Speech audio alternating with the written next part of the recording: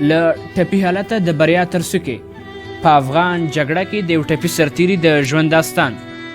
31 کلن ولي نوري کابل 10 کاله وړاندې په هلمند ولایت کې د یو بمي چاودنې په ترڅ کې مرګونه ټپي شو او خپلې دواړه غبرګې سترګې له لاسه ورکړې. نوموړي له میلمه راډیو سره په لومړي ځل خپله غمیزه شریکه کړه. له نن نه 10 کاله وړاندې په هلمند ولایت کې د یوې نظامي دندې پر مهال د یوې بمي چاودنې په ترڅ کې د خپل وجود مهم غړي چې هغه زما سترګې ولې له لاسه ورکړلې او ډېر سخت ټپي شوم. ښاغلی نوري د ډېر وخت لپاره کوما حالت کې و، خو چې کله په هوښ راغی ښایسته نړۍ له بدرنګۍ او له تیارو څخه ډکه وه. د نوموړي په وینا خو دغه تیاره تر ننه رڼا نه شوه. د ډېر وخت لپاره د کوما حالت ته ولاړم. هو کله چې په هوش راغلم ښایسته نړۍ مې بدرنګه شوې وله، رڼا ورځ مې توره شپه وله.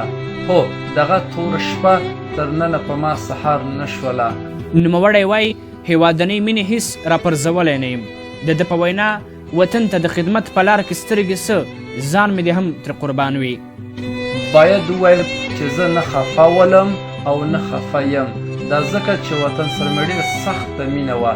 دا خو مې سترګې ړندې شوې، سر مې دې هم تر قربان وي. نوموړی ځوان مخکې له ټپي کېدو د سکوهنې یو تکړه لوبغاړی او له تېرو 4 کلونو راهیسې د ځغاستې په ملي ټیم کې لوبیږي. څرنګه چې تاسو پوهیږئ چې زه 4 کاله کېږي ځغاسته کوم او همدارنګه کله چې بینا ولم دوستانو زه د سکوهنې او همدارنګه د ځغاستې لوبغاړی هم ولمه. دی وایي وروسته له سختو ازموینو د ځغاستې په ملي ټیم کې ومنل شوم او د یادونې وړ ده چې نوموړی یوازینی نابینا افغان لوبغاړی ده. سره له دې ټولو ما نه هم په ډېرو برخو کې ازموینه وشوله. هماغه دلیل شو چې ما ته په نړیوالو سیالیو کې د ګډون حق راکړل شو. ښاغلی نوري همداراز زیاتوي چې معلولیت لرونکي وګړي د ټولنې په اوږو بار نه بلکې د ټولنې ممتاز وګړي دي. دی زیاتوي همدا معلولیت ده چې همیشه د سپورټ په ډګر کې د یو نابینا افغان لوبغاړي پر اوږو د سرلوړي افغانستان بیرغ رپیږي. بې له شکه چې نابیناتوب سخته ده، خو زه بیا ډېر زیات خوښ یم. زه ډېر سخت خوشحاله یم. دا ځکه همیش ما په مثبتو اړخونو فکر کړی، هیڅ وخت مې کله هم په منفي اړخونو فکر نه ده کړی. دغه نابیناتوب ده چې نن سبا زه په نړیوالو میدانونو د ګران افغانستان 3 رنګه بیرغ رپانده ساتم. دغه نابیناتوب ده نن سبا چې زه د ګران افغانستان هویت په نړیوالو ورپېژنم. یعنې په ټول ډول کې په ټول ټال کې چې زه نابیناتوب سره عادت شوی یم، خوښ یم، خوشحاله یم.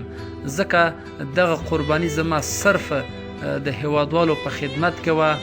دغه قرباني صرف زما د خپل ګران افغانستان په خدمت کې وله. نوموړی وایي له منډې څخه مې هدف دا ده چې نړیوالو ته د افغانستان هویت په ډاګه کړم او نړۍ ته دا وښیم چې افغان ځوانان وړتیا لري. چې نړیوالو ته په ډاګه کړم چې افغانستان کې تکړه استعدادونه شته او همدارنګه وتوانېږم چې د افغانستان بیرغ او هویت په نړیوالو وروپېژنم. ښاغلی نوري همداراز وایي د لویو بریاو تر شا مې د میرمنې لاس ده. زما د بریا تر شا لوی لاس زما د میرمنې ده. دا ځکه چې هرې سیالۍ نه مخکې یا وروسته خپلې میرمنې زه تشویق کړی یم، همیشه یې مانه ملاتړ کړی ده، همیشه زه ستایلی یم. د ملال یو لنډۍ ده، وایي چې په میوند کې شهید نه شوې، خدای ګلالیه بې ننګۍ ته دې ساتمه. دا په دې معنی چې زموږ د افغانستان هر یوه میرمنه ملاله ده. نوموړي ځوان له میلمه راډیو سره د خبرو پر مهال له افغان حکومته ګیله وکړه چې افغان چارواکي او ان سپورټي ادارې د لوبغاړو په هڅونه کې بې غوره دي. هغه زیاته کړه چې له یو اړخه د روانې جګړې قرباني یم او له بل پلوه د افغانستان د هویت په ډاګه کولو لپاره منډه وهم، خو له بده مرغه د هیڅ حکومتي ادرسه نه یم تشویق شوی. زما د افغانستان حکومت څخه هیله ده په ځانګړي ډول د سپورتي ادارو څخه چې دوی باید همیشه د افغانستان تکړه لوبغاړي وستایي، تشویق کړي او تقدیر کړي.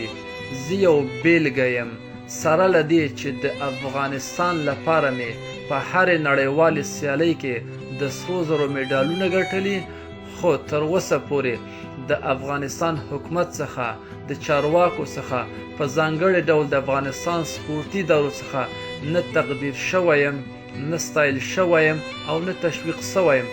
دا چې د روانې جګړې قرباني هم یم، د هیوادوالو په خدمت کې مې سترګې هم ړندې شوې، خو اوس د سپورت له ډګره د افغانستان هویت په نړیواله ورپېژنم. علي نوري ځوانانو ته په پیغام کې په زده کړو یووالي ټینګار وکړ. نوموړي وویل چې ډېر کله یې روانه جګړه تعلیمي فقر او بې اتفاقي کړوي. افغانستان ځوانانو نه مې هیله ده چې د افغانستان پر اقتصاد باندې تمرکز وکړي، په تعلیم باندې تمرکز وکړي او همدارنګه په یووالي باندې تمرکز وکړي. ما چې ډېر ځوروي د افغانستان اوږده جګړه چې زه د بیلګې یو قرباني یم، د افغانستان اقتصادي فقر، د افغانستان تعلیمي فقر او د افغانستان بې اتفاقي. دغه څلور شیان دي چې ما ډېر سخت ځوروي.